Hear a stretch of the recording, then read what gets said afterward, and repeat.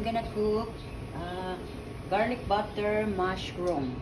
Okay, so we need 2 tablespoons of butter, 1 tablespoon of olive oil, 1 can 400 grams of whole mushroom, salt and pepper, and then a leaf of parsley, this one, and then a tablespoon parsley, a teaspoon of thyme, this one. Okay, first butter, and then the olive oil,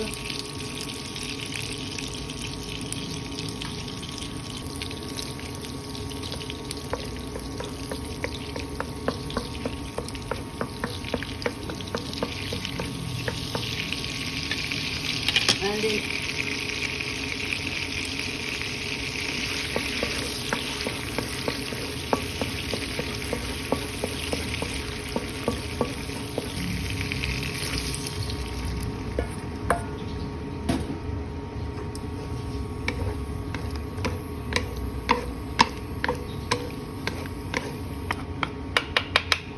add black pepper,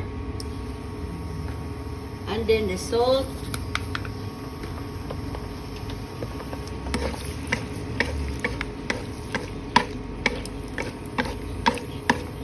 and then we're gonna cook this one, guys, 5 to 7 minutes.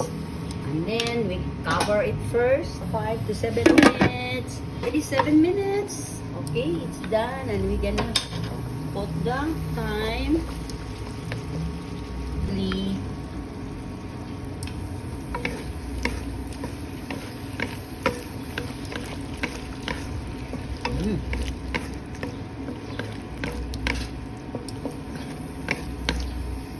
Mushroom is done, guys.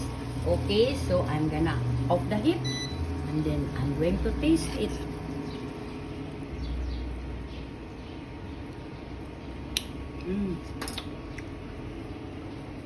Super hot.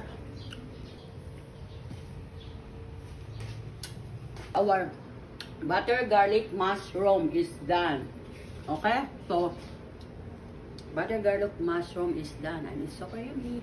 Okay, guys, if you need more recipes, please hit like, follow, share, subscribe to my YouTube channel, the Broja, to my Instagram, the_bro_ja, and to my TikTok at The Cooking Show, and to my Facebook page, The Cooking Show, and to my personal blog, Delia Valentine. To all my supporters and non-supporters, thank you for watching.